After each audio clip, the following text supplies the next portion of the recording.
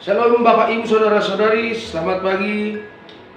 Saat ini kita bertemu kembali dalam renungan harian HKBP Resort Surabaya, yaitu hari Senin 30 Oktober 2023. Sebelum kita mendengarkan firman Tuhan, terlebih dahulu kita berdoa. Terima kasih Tuhan untuk satu hari yang baru yang Tuhan berikan kepada kami. Kami sungguh bersyukur atas hari ini Bapak. Sebelum kami mau beraktivitas, kami ingin terlebih dahulu menyerahkan hidup kami ke dalam tangan-Mu. Kami menginginkan penyertaan-Mu Tuhan. Kami inginkan firman-Mu karena kami yakin dan percaya firman-Mu adalah pelita bagi kami. Terpujilah Engkau Bapa. Amin. Bapak Ibu Saudara-saudari yang saya kasihi di dalam Kristus Yesus, firman Tuhan yang menyapa kita pada pagi hari ini tertulis dalam 1 Tawarik pasal 4 ayat 10. 1 Tawarik pasal 4 ayat 10. Demikian pembacaan firman Tuhan. Yabes berseru kepada Allah Israel, katanya, kiranya Engkau memberkati aku berlimpah-limpah dan memperluas daerahku, dan kiranya tangan-Mu menyertai aku dan melindungi aku daripada malapetaka, sehingga kesakitan tidak menimpa aku, dan Allah mengabulkan permintaannya itu.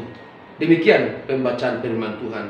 Bapak Ibu Saudara-saudari yang saya kasihi di dalam Kristus Yesus, tentu ada pertanyaan di dalam diri kita ketika kita mendengar nats ini. Yang pertama, siapakah Yabes ini? Yabes adalah seorang kepala keluarga dari suku Yehuda dan tidak terkenal di dalam Alkitab. Dan arti nama Yabes itu adalah penderitaan atau kesakitan. Kenapa ibunya memberikan Yabes ini dengan nama Yabes?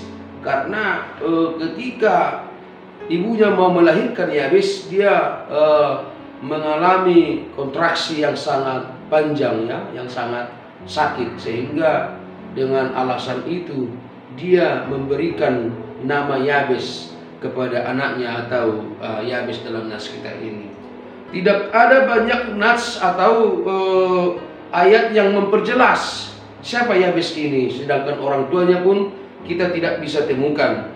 Walaupun di dalam nas ini muncul namanya, hanya kita bisa lihat, kita bisa tafsir dia hanya dari dua ayat saja, yaitu pasal 9 dan ayat 9 dan ayat 10.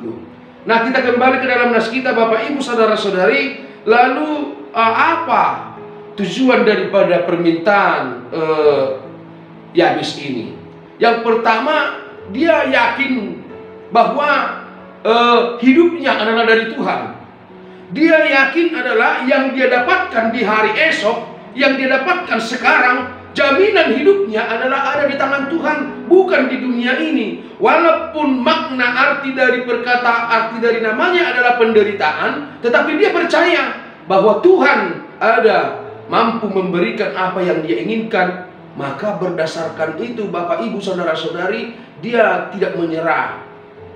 Buat kupe ngasih si Yabes penderitaan hahaciton honani nama jabarni permudukku dangin dari mana hale porsia do ibana nampe si Yabes guarhu artina penderitaan hahacito parukilon ale ronggo de bata pengaluan-luan hido di bahini mana. Dasar dia berdoa adalah yang pertama, dia percaya bahwa Allah itu adalah baik. Dia percaya bahwa Allah itu adalah ada. Dan yang kedua, dia menaruh pengharapannya kepada Allah. Yang ketiga, dia percaya kepada Allah.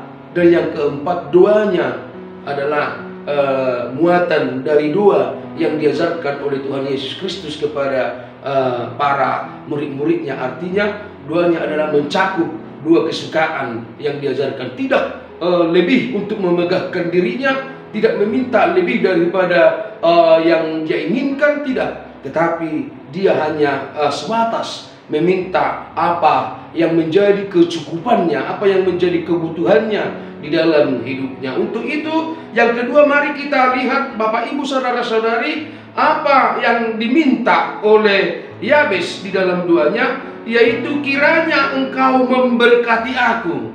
Kiranya Engkau memberkati aku berlimpah-limpah. Itu permintaannya yang pertama. Artinya Bapak Ibu Saudara-saudari, dia tidak terpandang, dia tidak dihargai di antara para saudara-saudaranya. Atau mungkinkah karena pencatutan namanya tadi yang Yabes artinya penderitaan, mungkinkah gara-gara itu kita tidak tahu. Tetapi dia kurang dihargai, dia kurang terpandang di tengah-tengah keluarganya. Maka dia meminta berkat kepada Tuhan. Dia meminta Tuhan memberkati dia berlimpah-limpah. Dan yang kedua, dia meminta memperluas daerah. Dan yang ketiga, dia meminta kiranya tangan Tuhan menyertai hidupnya. Dan yang keempat, kiranya Tuhan melindungi dia daripada malapetaka. Itu yang dia minta di dalam doanya. Dan lalu kita lihat di dalam nas ini, Tuhan mengabulkan permintaannya. Tuhan mengabulkan permintaannya. Kenapa Tuhan mengabulkan permintaannya? Dasarnya, alasannya adalah yang pertama tadi yang saya terangkan di depan tadi, karena Tuhan melihat bahwa Yabes betul-betul bergantung kepada dia. Yabes betul-betul percaya bahwa Tuhan itu adalah yang maha baik, Tuhan itu adalah yang maha pemberi, sehingga dia yakin apa yang menjadi kebutuhannya di dalam hidupnya ada di dalam Tuhan. Maka dia meminta kepada Tuhan, dia tidak meminta kepada orang. Dia tidak meminta kepada raja pada waktu itu. Dia tidak mengeluh. Dia percaya bahwa ketika dia meminta kepada Tuhan, dia akan mendapatkan itu yang kita lihat. Maka Tuhan merespon dan mengabulkan permintaannya. Sehingga daripada akibat Tuhan mengabulkan permintaannya, maka derajat Yabes terangkat. Lalu kita bisa melihat bahwa dia paling dihargai atau paling terharga daripada antara saudara-saudaranya. Artinya permintaannya dikabulkan. Dia yakin, dia percaya bahwa jatuh atau tingginya martabatnya itu tergantung kepada Tuhan, bukan tergantung kepada manusia. Nah, ini Bapak Ibu Saudara-saudari mengajarkan kita pun sebagai orang Kristen yang percaya kepada Tuhan, marilah betul-betul percaya kepada Tuhan. Jatuhkanlah pengharapanmu kepada Tuhan, serahkanlah kekhawatiranmu kepada Tuhan, mintalah kepada Tuhan. Jangan mencoba untuk menyerah atau berpasrah akan keadaan. Tidak ada beban yang seberat apapun yang terlalu berat bagi Tuhan. Tidak ada dosa yang terlalu besar untuk Tuhan hapuskan. Tetapi nas ini mengajarkan kita untuk seperti Yabes, artinya percaya penuh, bergantung kepada Tuhan. Maka nas ini mengajari kita, ayo kita bergantung kepada Tuhan dan mari kita meminta kepadanya.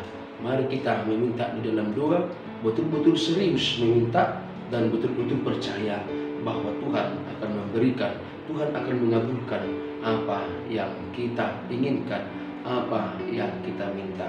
Dan yang kedua Bapak Ibu Saudara-saudari, bila kita menyimak dari rendahnya orang memandang Yabes, sehingga ketika dia berdoa dan Tuhan mengabulkan doanya, maka dia menjadi terhormat, dia menjadi dihargai. Untuk itu ini juga mengingatkan kita Bapak Ibu Saudara-saudari, jangan pernah merasa untuk tidak layak meminta kepada Tuhan. Jangan pernah. Semua yang berseru kepada Tuhan pasti Tuhan dengarkan.